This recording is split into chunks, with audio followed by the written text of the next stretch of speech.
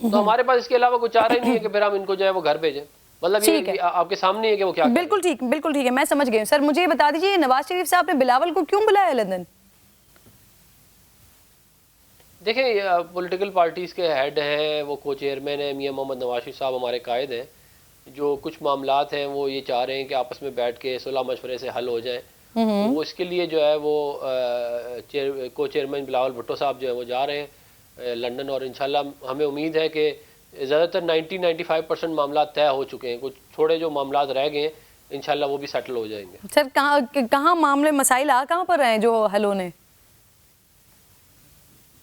دیکھیں ایک تو پیپل پارٹی کی یہ ڈیمانڈ ہے کہ جو باقی ان کے جو ہمارے اتحادی ہیں ان کو جو ان کی جو حصہ ہے اس کے مطابق ان کو جو ہے وہ کیبنٹ میں جو ہے وہ ان کو ریپریزنٹیشن دی جائے. وہ بھی ان پروسیس ہے, وہ ہم کر رہے ہیں. اور اس کے بعد پھر وہ چاہتے ہیں کہ پنجاب میں کتنی سیٹس پر سیٹ ایڈجسٹمنٹ کی ڈیمانڈ کی جا رہی ہے پیپلز پارٹی کی طرف سے؟ دیکھیں یہ میں اس کی ڈیٹیل میں نہیں جاؤں گا جو ہے وہ اس طرح کسی بات کے اوپر, لیکن ہم جو ہے وہ ظاہر ہے ہم ایک پولیٹیکل پارٹی ہیں اور ہم جو ہے وہ ظاہر ہے اپنے جس طرح پیپل پارٹی اپنے انٹرسٹ کو سیف گارڈ کرتی ہے ہم بھی اپنے انٹرسٹ کو سیف گارڈ کریں گے. اور ہم جو ہے وہ سیٹ ایڈجسٹمنٹ تو ہو سکتی ہے لیکن ہم اپنے ایک انڈیپینڈنٹ پولیٹیکل پارٹی کے طور پہ الیکشن لڑیں گے اور ہم دیکھیں گے کہ کیا اس کے اندر پھر ہو سکتا ہے. لیکن سر بلاول سر چلیں آسان کر دیں, بلاول یہ 4 نکات لے کر گئے, سیٹ ایڈجسٹمنٹ سر, پنجاب میں گورنر, سر اتحادیوں کے معاملات اور چیئرمین سینٹ, یہ 4 نکات ہیں جو لے کر بلاول لندن جا رہے ہیں. سر تو ٹھیک, ہاں تو ان کے اوپر جو ہے وہ جو بھی بات چیت ہے وہ اس کے اندر جو ہمارے کنسرنز ہیں ہم ان کو بتا دیں گے, اور جو کچھ جو ہے وہ ایز اے کولیشن پارٹنر ہم ان کے لیے کر سکتے ہیں ہم کریں گے. ظاہر ہماری اپنی بھی لمیٹیشن ہے, ہم ان لمٹس کے اندر رہتے ہوئے معاملات طے کر سکتے ہیں. پنجاب ہمارا گڑھ ہے, ظاہر اس کے اندر جو ہے وہ ہم ایک حد تک ہی کسی کو اکوموڈیٹ کر سکتے ہیں, اس سے زیادہ تو نہیں کر سکتے, لیکن ہم جو بھی ہوگا ہم پوری کوشش کریں گے ہم جو ان کے ایشوز ہیں ان کو ہم ایڈریس کریں. سر نون لیگ گورنرشپ پنجاب کی نہیں دینا چاہ رہی ہے پیپلز پارٹی کو, اور سیٹ ایڈجسٹمنٹ کے حوالے سے بھی بڑا اختلاف ہے, ایسا ہی ہے؟ دیکھیں میں آپ کو پہلے بھی کہا میں کسی اسپیسیفکس پہ نہیں جاؤں گا, میں آپ کو یہ بس بتا دیتا ہوں کہ انشاءاللہ جب بلاول بھٹو صاحب واپس آئیں گے تو تمام معاملات سیٹل ہو چکے ہوں گے اور انشاءاللہ یہ لوگ اوتھ وغیرہ لے لیں گے اور یہ کیبنٹ والا کام کمپلیٹ ہو جائے گا. چلیں ٹھیک ہے. اچھا مجھے یہ بتا دیجیے شاہد خاقان عباسی صاحب کیبنٹ کا حصہ کیوں نہیں بنے ہیں؟ دیکھیں شاہد خاقان عباسی صاحب فارمر پرائم منسٹر بھی ہیں اور بہت ایک سینئر پولیٹیشین ہے, ہماری پارٹی کے سینئر وائس پریزیڈنٹ بھی ہیں, تو انہوں نے جو ہے ایک پروگرام میں بھی کہا ہے کہ وہ چاہتے ہیں کہ اور لوگ آئیں اور وہ نہیں بننا چاہ رہے تھے, تو ان کی کوئی وجوہات ہوں گی, انہوں نے ایگزیکٹ وجہ تو نہیں بتائی کہ کیا ہے, لیکن وہ جو ہے وہ لیکن ان کی پارٹی کے ساتھ وہ بالکل الائنڈ ہیں, وہ بالکل ان کی. اچھا یہ افنان صاحب شاہد خاقان عباسی صاحب نیب کے خاتمے کی ڈیمانڈ کر رہے ہیں, تو کیا نون لیگ میں اس بات پر اتفاق ہو گیا ہے کہ نیب اور پاکستان ساتھ ساتھ نہیں چل سکتے ہیں؟ دیکھیں اس میں تو کوئی شک نہیں ہے کہ نیب اور پاکستان ساتھ ساتھ نہیں چل سکتے, یہ تو بالکل وہ 100% صحیح بات کر رہے ہیں, کیونکہ نیب نے ایک پیرالل گورنمنٹ کا انفراسٹرکچر کھڑا کر دیا تھا جس کے اندر کوئی بھی ڈیسیجن میکنگ آپ کی بیوروکریسی کر ہی نہیں رہی تھی. اس کے اندر ہر جگہ آپ کو نیب سے پہلے جو ہے سر ہاں یا نہ کر دیں, نیب ختم کرنے جا رہے ہیں, اور اس کے بعد دیکھیں نیب جو ہے اس کے لاء کو ہم دوبارہ سے دیکھیں گے فار شور. اس کے اندر جو ایسے چیزیں ہیں جو کہ ٹھیک نہیں ہے, مثال کے طور پہ بیل کے بغیر آپ اریسٹ کر لیں, یا آپ نے آسان کر دیں. افنان صاحب آسان کر دیں سر, لیجسلیشن کریں گے, نیب قوانین میں ترمیم کریں گے سر, یا نیب کو ختم کریں گے؟ جی کیا کریں گے؟ اس کے اوپر ابھی کانسنسس نہیں ہے, اس کے اوپر 2 باتیں میں بتا رہا ہوں, اس کے اوپر کانسنسس نہیں ہے, لیکن یہ کچھ لوگوں کا یہ ہے کہ اس کے اوپر جو ہے وہ اس کے اوپر ترمیم کیا جائے اس کے قانون کو. کچھ لوگ ایک پوائنٹ آف ویو کہ اس کو آل ٹوگیدر ختم کر دیا جائے, لیکن جو یہ دونوں رائے رہتی ہیں اس کے اوپر کچھ عرصے میں اگلے چند ہفتوں میں آپ کے سامنے کلیئر اسٹریٹجی آ جائے. چلیں سر, لیکن سابقہ حکومت کو اس کے اوپر نہ بیان بنانے میں بڑا فائدہ ہوگا جب آپ اس طرح کی کوئی بھی چیز کو آگے لے کر چلیں گے. بہت شکریہ افنان اللہ صاحب, پروگرام میں ساتھ موجود تھے. ایک چھوٹا سا بریک لے رہی ہوں, بریک کے بعد واپس آتی ہوں تو اسے نیب کے حوالے سے ہی بات کرتے ہیں.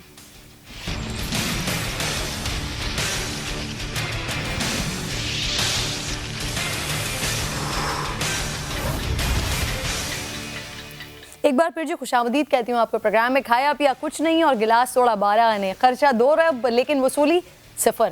پی ٹی آئی سرکار میں نیب نے 100 ہائی پروفائل شخصیات کے کیسز میں عوام کے 2 ارب روپے سے زائد خرچ کیے، لیکن نہ کسی بڑے ملزم کو سزا دلوا سکے، نہ کوئی پیسہ ریکور کر سکے۔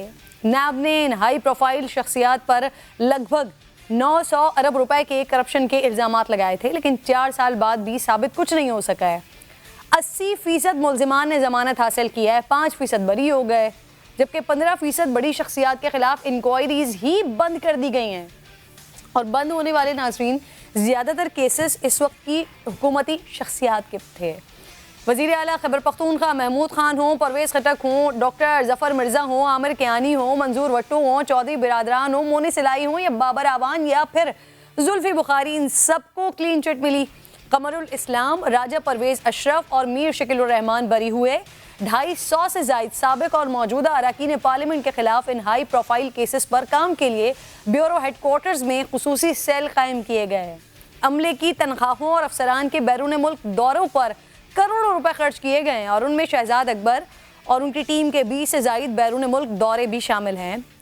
پیسے بھی چلے گئے، شہزاد اکبر صاحب بھی چلے گئے، پھر حکومت بھی چلی گئی، ہاتھ کیا آیا؟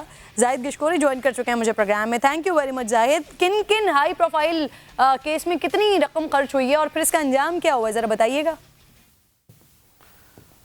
ایک تو بہت شکریہ، آپ نے موقع دیا۔ یہ پاکستان تحریک انصاف کی گورنمنٹ کا پورا آپریشن ہے، اس کی اکاؤنٹیبلٹی کا، جو کہ تمام فگرز ہم نے آفیشیل سورسز سے حاصل کیے ہیں۔ اس بات سے یہ اندازہ ہوتا ہے کہ نیشنل اکاؤنٹیبلٹی بیورو اور اس کے علاوہ جو ایسٹ ریکوری یونٹ تھا، اس نے پاکستان کی جو ٹاپ ترین 100 پولیٹیشین تھے زیادہ تر، ان لوگوں کے خلاف انکوائریز، انویسٹیگیشن سٹارٹ کی، کیسز سٹارٹ کروائے، اور کم از کم 2 ارب روپے ان کی اکاؤنٹیبلٹی، ان کے پروسیس، گرفتاریوں پہ خرچ کیے، لیکن حاصل نکال 0 ہے۔ اس کی وجہ یہ ہے کہ نیب کو اور دوسرے اداروں کو ہم نے لکھا تھا کہ کیا پیش رفت ہے، کیونکہ جس طرح آپ نے ساری ڈیٹیل بتا دی، میں اس کو تھوڑا سا ایکسپلین کرنا چاہتا ہوں کہ 5 ایسے اہم کیسز تھے جو کیسز چلتے رہے، انکوائریز ہوئی، انویسٹیگیشنز ہوئی، لیکن عدالتوں سے ان کو کلین چٹ مل گئی اور 24 کروڑ روپے نیب نے اور دوسرے اداروں نے خرچ کیے۔ اس کے علاوہ جو سب سے اہم بات ہے، وہ 15 کروڑ روپے خرچ کیے ایسٹ ریکوری یونٹ نے۔ 25 کے قریب تقریباً انٹرنیشنل وزٹ کیے تھے، جس میں چائنا، امریکہ کے، یو کے یا دوسرے اداروں کے جو کہ انویسٹیگیشن ٹیم تھی ایسٹ ریکوری یونٹ کے، اور 25 کے 25 دورے، اس میں زیادہ تر جو ہیں جس طرح آپ نے بتایا شہزاد اکبر صاحب خود شامل تھے۔ یہ انہوں نے خرچ کیا، لیکن اس پر کوئی پروگریس نہیں ہوئی، نہ کوئی ایسا ایویڈنس پاکستان کو حاصل ہوا جس سے ان تمام کیسز پر آگے بات بڑھ سکے۔ اس کے علاوہ ایک اہم بات یہ ہے کہ ان کیسز میں اگر آپ دیکھیں 1635 دن نیب نے اپنی کسٹڈی میں ان ملزمان کو، ان پر جن پر الزامات لگائے گئے تھے، اپنی کسٹڈی میں رکھا۔ اس کے علاوہ مجموعی طور پر میں آپ کو بتا رہا ہوں، اس کے علاوہ 6000 دنوں سے زیادہ ان لوگوں کو جیل میں بھی رکھا گیا، جس طرح خورشید شاہ کو سب سے زیادہ رکھا گیا، اس کے علاوہ حمزہ شہباز کو 697 دن۔ تو کل ملا کے یہ وہ اخراجات تھے۔ لیکن یہ جو خرچ ہو گئے، 2 ارب روپے خرچ ہو گئے، لیکن حاصل وصول کچھ نہیں ہوا، اس کا جواب دہ ہے کون؟ یہ سابقہ حکومت سے ہی صداقت علی عباسی صاحب مجھے جوائن کر چکے ہیں۔ بہت شکریہ صداقت صاحب آپ کے وقت کا۔ سر، یہ اس کا جواب دہ ہے کون؟ جو نیب کی کامیابی ہوتی تھی وہ آپ اپنی کامیابی گردانتے تھے، ایسٹ ریکوری یونٹ پر کروڑوں روپے خرچ کر دیے گئے، سر حاصل وصول کچھ بھی نہیں ہوا، کون جواب دے گا اس کا؟ عباسی صاحب۔ جی کرن صاحبہ بہت شکریہ۔ آپ نے جو میں نے زائد کی ساری باتیں سنی ہیں، ہمیں تو نیب، پہلی بات ہے نیب گورنمنٹ کے انڈر نہیں ہے، نیب ایک آئینی ادارہ ہے اور انڈیپینڈنٹ ادارہ ہے، اور اس کا اپنا کام ہے اور اس کے کام سے کوئی انکار نہیں ہے۔ جس طرح ملک کو پچھلے 30 سالوں میں لوٹا گیا، اس کو تو ساری پولیٹیکل پارٹیز بھی مانتی ہیں، سارے لوگ بھی مانتے ہیں، میڈیا بھی مانتا ہے کہ ملک کو لوٹا گیا، اور اس کو 2 چیزیں، ایک تو لوٹی ہوئی رقم ریکور کرنی بڑا مقصد ہے، اور ایک کم از کم کوئی ایسی ایک ڈیٹرنس کریٹ کرنی، کوئی تھریٹ کریٹ کرنی کہ جو لوگ آج بھی تیار ہیں میری حکومت میں یا آج کی حکومت میں، ان کے لیے ڈیٹرنس بھی ایک نیب ہی بنتی ہے۔ تو اس حوالے سے جو اخراجات نہیں، ہیں، یہ جو غیر سیاسی لوگوں سے ریکوری کیا کرتے تھے نیب کی طرف سے، تو پھر حکومت، اس وقت کی حکومت، آپ کی حکومت اس کو اپنی کامیابی کیوں گردانتی تھی؟ اور یہ ایسٹ ریکوری یونٹ یہ کون چلا رہا تھا سر؟ بڑی اچھی بات، آپ نے بڑا اچھا سوال کیا. ہمیں بتایا گیا تھا کہ 480 ارب روپیہ ریکور ہوا ہے، نیب نے کیا ہے. آج آپ کو پتا چل جائے گا، آج جب چوروں کا ٹولہ آیا، آپ دیکھیے گا نیب بھی ختم، کاروائیاں بھی ختم، کیسز بھی ختم، آدھی تو کابینہ ان کی ضمانتوں پہ ہے. تو وہ ہم نے یعنی کم از کم اپنی عوام کو یہ بتایا تھا کہ نیب کو پہلی دفعہ نہ اسے کوئی پر کاٹ رہا ہے، نہ اس کے کوئی ناخن تراش رہا ہے. نیب کو ہم نے پوری طرح آزادی دی ہوئی ہے کہ وہ چوروں کا احتساب کرے. آج آپ دیکھیے گا، اور سر نہ ان سے کوئی پوچھ رہا ہے کہ 2 ارب روپے خرچ ہو گئے لیکن حاصل وصول کچھ نہیں ہوا. پوچھیں نا جی، آپ ہم تو پارلیمنٹ میں نہیں ہیں، یا پارلیمنٹ میں بلا کے ان کے پوچھیں، وہ جواب دیں گے.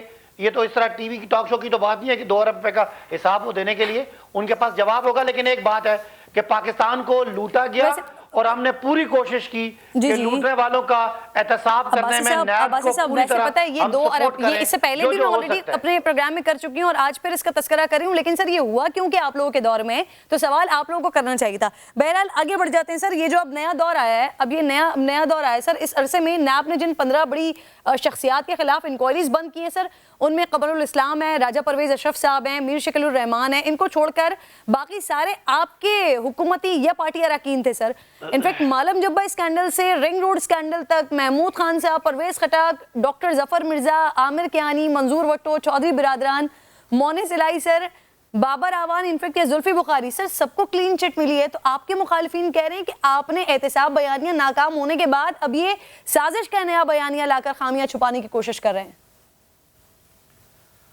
دیکھیں، آپ نے پہلے 3 راجہ پرویز اشرف صاحب کا، انجینئر قمر الاسلام کا، اور 3 بندوں کا نام لیے جو اپوزیشن سے تھے، کچھ ہمارے تھے. تو یہ تو پھر ایک بات آپ نے مفروضہ بنانا ہے کہ نیب کو وفاقی حکومت چلا رہی تھی. نیب کا انڈیپینڈنٹ ادارہ ہے اور وہ اپنا جواب دے ہے انہوں نے کس کی انکوائری کس وجہ سے بند کی. سر میں کوئی الزام نہیں لگا رہی ہے باسی صاحب، میں صرف آپ کے سامنے فیکٹ رکھ رہی ہوں، آپ اس کا جواب دیجئے سر.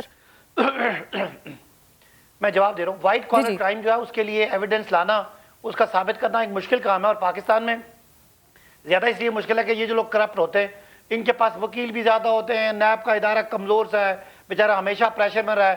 اب تو سارے ہی نیب زدہ وزیر لگ گئے، بالکل ہی پریشر میں آئے گا. تو اس میں کوئی شک نہیں ہے کہ نیب کی کیپیسٹی بلڈنگ نہیں ہوئی، اس کی انویسٹیگیشن کی صلاحیت نہیں بڑھائی گئی، اس کو پروسیکیوٹ کرنے کے جو اس کے ٹولز تھے ان کو انکریج نہیں کیا گیا، اور نیب کو سیاسی طور پہ دبا کے رکھا گیا. کیونکہ وجہ یہ تھی کہ پہلی دفعہ ایک حکومت آئی جس کا بیانیہ تھا کہ اکاؤنٹیبلٹی کرنی ہے. ورنہ یہ تو جو پچھلے لوگ تھے یہ تو کرپشن کو جائز اور ایک حلال سمجھتے تھے. لہذا وہ میں آپ کی بات تسلیم کرتا ہوں کہ نیب جو ہے وہ اس کی کیپیسٹی کا ایشو ہے. اللہ کرے کہ آنے والے وقتوں میں جب نیا الیکشن ہو، نئی گورنمنٹ آئے تو نیب کو اور طاقتور بنے. سر یہ جو چیف الیکشن کمشنر کے حوالے سے کل صحافیوں سے گفتگو کرتے ہوئے خان صاحب نے جو بات، اس سے پہلے مجھے یاد پڑتا ہے ایک دورے پر گئے تھے، وہاں پر جب صحافیوں سے بات کر رہے تھے وہاں انہوں نے بڑے کریڈٹ لیا تھا اس بات کا. تو ذرا وہ سنیں، وہ یاد کریں، پھر اس پر جواب دیتی ہوں میں آپ سے. عباسی صاحب کل کہہ رہے تھے چیف الیکشن کمشنر کا نام اسٹیبلشمنٹ نے تجویز کیا. سر ماضی میں کہتے رہے ہیں تعیناتی حکومت اور اپوزیشن کی مشاورت سے ہوئی ہے. انفیکٹ شیخ رشید صاحب نے دعویٰ کیا تھا کہ انہوں نے چیف صاحب کا نام تجویز کیا تھا چیف الیکشن کمشنر کا. تو سر یہ ان کا وزیر اعظم کو لکھا ہوا خط بھی ان کے ریکارڈ میں ہے سر. تو عمران خان صاحب پہلے غلط بیانی کر رہے تھے، اب غلط بیانی کر رہے ہیں سر، کیا کر رہے ہیں؟ نہ پہلے غلط بیانی کر رہے تھے، نہ اب غلط بیانی کر رہے ہیں. حکومت اور اپوزیشن نے مل کے اتفاق رائے سے نام دینا تھا، اتفاق رائے نہیں ہوا، اور اس کے بعد درمیان میں آپ کو پتہ ہے اسٹیبلشمنٹ کا رول ہوتا ہے، انہوں نے درمیان میں ایک کنسنسس نام کر کے دے دیا، وزیر اعظم نے تسلیم کر لیا اور انہوں نے بتا دیا کہ ان کے کہنے پہ میں نے مانا تھا. تو میرا نہیں خیال ظاہر اسٹیبلشمنٹ جب آپ حکومت میں تھے، اس وقت کنسنسس تھے سر. ابھی میں نے آپ کو خان صاحب کی گفتگو سنوائی، شیریں مزاری صاحبہ کی گفتگو سنوائی، شیخ رشید صاحب کی گفتگو سنوائی. یہ وہ گفتگو ہے جب آپ حکومت میں تھے اس وقت کی تھی. تینوں نے کہا کہ کنسنسس کے ساتھ ہوا ہے. دیکھیں نا، جب کوئی چیز آپ کسی اگریمنٹ پہ پہنچ جاتے ہیں اس میں کسی کا رول ہوتا ہے، اور وہ کس نے سجیسٹ کیا، کوئی بندوں کے نام چلے، ہمارے نام پہ اپوزیشن نہیں مان رہی تھی، اپوزیشن کے نام پہ ہم نہیں مان رہے تھے، تو درمیان میں اس وقت ظاہر پرائم منسٹر چیف ایگزیکٹو ہوتا ہے، اور جہاں سے بھی کوئی تجویز آتی ہے، چاہے شیخ رشید صاحب نے دیا یا اسٹیبلشمنٹ نے دیا، اس کا نام تو اپروو پرائم منسٹر نے کرنا تھا, تو پرائم منسٹر نے سب کو اپنا سمجھ کے اون کیا, ان کا انٹیریئر منسٹر بھی ان کا, وزیر اعظم صاحب سے زبردستی تو کسی نے اپروو نہیں کروایا نا سر. آج وہ بات کر رہے ہیں, آج اگر ان کو گلا ہے, آج اسٹیبلشمنٹ نے تجویز کر دیا سر, وہ بتا رہے ہیں کہ ان کو کس نے سجیسٹ کیا تھا.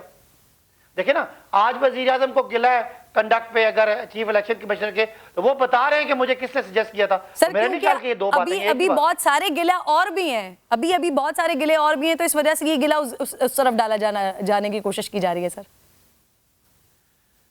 دیکھیں نا, جب ہم اکٹھے چل رہے ہوتے ہیں تو بہت ساری باتیں بندہ ایک دوسرے کی مانتا ہے. جب آپ کوئی کسی وقت پہ اگر کسی بات کا اختلاف ہو تو اگر بات کرنے میں کیا برائی ہے. عمران خان صاحب is known to be an out spoken person, straightforward آدمی ہے. اگر کسی نے سوال کیا انہوں نے جواب دے دیا, کوئی الزام تو نہیں لگایا نا, سوال کا جواب ہے کہ کل آپ کہتے اچھا ہے, آج وہ برا ہے, تو انہوں نے کہا مجھے سجیسٹ کیا گیا تھا تو میں نے ایکسیپٹ کر لیا. آج وہ اچھا اگر ان کے مطابق نہیں کر رہا تو کرٹیسائز کر رہے ہیں, تو آپ کو انہوں نے اپنی اس چیز کی جو اپنی رائے بدلی ہے اس کے پیچھے لاجک دیا, تو کوئی اس میں بھی کوئی اختلاف تو نہیں ہے. صداقت علی عباسی صاحب بہت شکریہ آپ کا, زاہد گرامی میں ساتھ موجود تھے, آپ کو بھی بہت شکریہ. ایک چھوٹا سا بریک لے رہی ہوں, بریک کے بعد واپس آتے ہیں تو 17 رمضان المبارک کی اہمیت کے حوالے سے بات کرتے ہیں.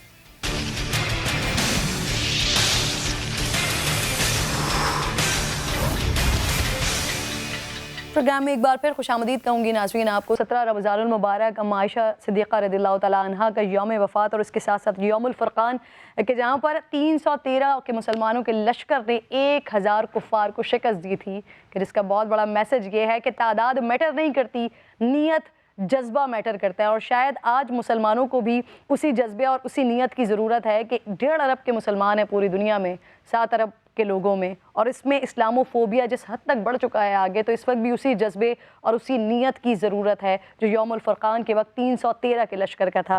اس وقت مجھے ملک ندیم عابد صاحب جوائن کر چکے ہیں. سر, سویڈن اور ہالینڈ میں اس وقت حالیہ اسلامو فوبیا کے واقعات پر عالمی رد عمل کیا ہے سر؟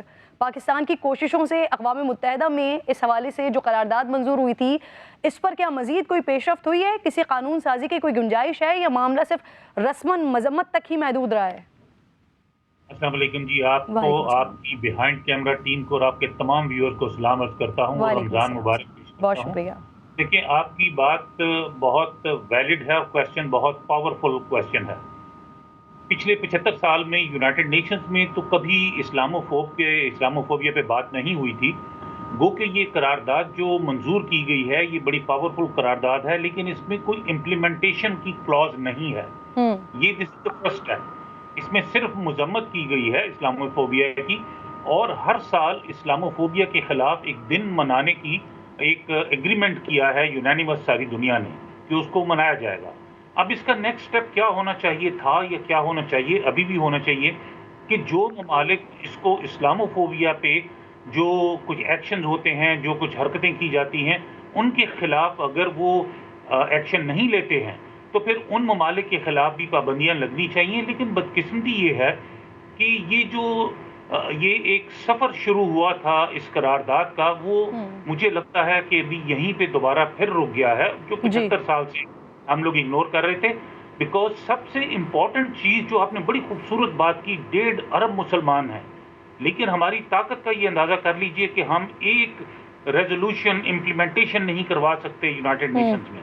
تو ابھی اس وقت ایز اٹ از اگر آپ دیکھیں تو اس میں کوئی امپلیمنٹیشن کی قرارداد نہیں ہے, نہ آپ ہالینڈ کے خلاف نہ آپ سویڈن کے خلاف. ملک صاحب, یہ 1.5 ارب کے مسلمانوں میں سر وہی نیت اور جذبہ میٹر کرتا ہے نا, جب نیت اور جذبہ ہوتی ہے تب اللہ کی طرف سے وہ مدد آتی ہے جو یوم الفرقان کے دن آئی تھی. سر مجھے بتائیے, بھارت میں مدھیہ پردیش کے مسلمانوں کے گھروں کو سر بلڈوز کیا گیا, سامان نظر آتش ہوا ہے, انٹرنیشنل میڈیا پر درجنوں فوٹیجز موجود ہیں, لیکن نہ اقوام متحدہ کی طرف سے کوئی ایکشن نظر آتا ہے, نہ ہیومن رائٹس کی تنظیموں کی طرف سے کوئی ٹھوس دباؤ ہے. سر حالانکہ یوکرین کے لیے پوری دنیا ہم آواز ہے, کیا اس فرق کی وجہ صرف وائٹ سپریمیسی ہے یا مذہبی تعصب بھی بڑی وجہ ہے؟ دونوں باتیں موجود ہیں, لیکن سب سے امپورٹنٹ بات آپ کی وہ ہے جو آپ نے پہلے فرمائی تھی کہ ایک تو طاقت جو ہے 1.5 ارب مسلمانوں میں وہ جذبہ نہیں ہے جو آج سے 1400 سال پہلے تھا. جب تک وہ جذبہ واپس نہیں آئے گا ہم اس کو امپلیمنٹ نہیں کروا سکتے. اور میں آپ کے اور آپ کے ویورز کے انٹرسٹ کے لیے بتاتا چلوں, پچھلے 1 مہینے میں یوکرین 3 دفعہ جا چکا ہوں.